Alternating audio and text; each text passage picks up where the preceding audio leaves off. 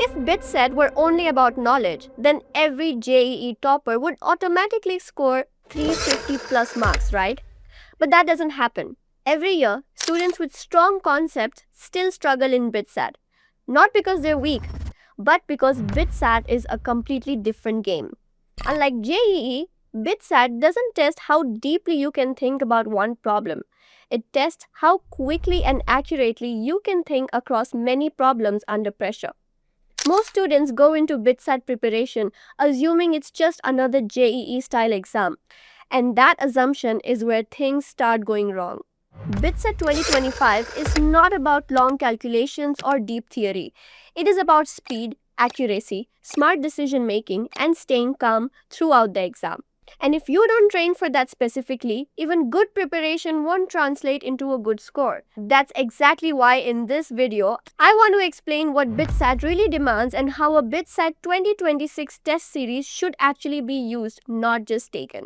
BITSAT tests much more than just your understanding of physics, chemistry, and maths or biology. Along with these subjects, you also have English and logical reasoning, all of which need to be managed within a strict time limit.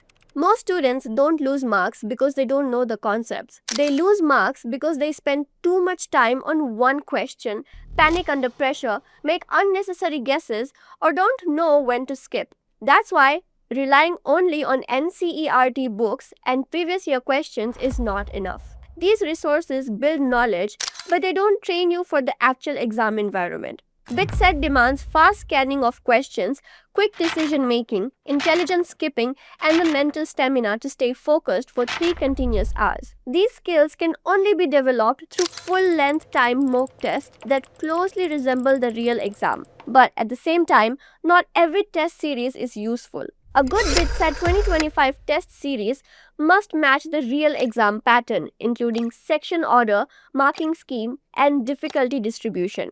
It should test your speed as much as your concepts, because BITSAT questions are often easy individually but difficult together due to time pressure. Equally important is the quality of analysis provided after each test. A strong test series helps you identify where you wasted time, which topics slow you down, and which mistakes you keep repeating. It should also give proper importance to English and logical reasoning sections that many students ignore initially but later realize can significantly boost their overall score. However, most students use test series in the wrong way. They attempt a mock, check their score, feel either happy or demotivated, and then move on to the next test. This approach adds very little value. Real improvement happens only when you deeply analyze each mock by reviewing not just wrong questions, but also guessed ones, tracking time spent per question, and fixing strategic mistakes. Your score improves between mocks, not during mocks, and that improvement comes purely from analysis. When it comes to planning mocks, timing matters as much as frequency. In the early phase of preparation, one mock every 7 to 10 days is enough if it is analyzed properly. In the mid phase, 2 mocks per week help build consistency.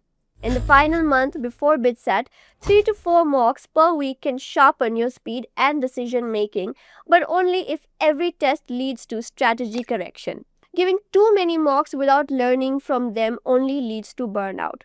Mentorship, when done correctly, also plays an important role. It's not about motivation or hype, it's about clarity. Good mentorship helps you decide section order, set realistic attempt targets, avoid common traps, and stay calm under pressure. It is especially useful for students whose scores are stuck despite regular effort or who feel confused even after multiple mocks. At the same time, it's important to be honest. If your basics are not complete, if low scores demotivate you easily, or if you know you won't analyze properly, then jumping into a test series too early can do more harm than good. In the end, BITSAT isn't about luck or studying harder than everyone else. It's about preparing smarter. A good BITSAT 2025 test series trains your speed, accuracy, and decision making under pressure. But real improvement doesn't come from giving more mocks. It comes from analyzing them properly and fixing your strategy after every test. Use your test series wisely, focus on progress between mocks, and remember, when it comes to BITSAT, smart preparation always beats hard preparation. Also, don't forget to check out the link in the description.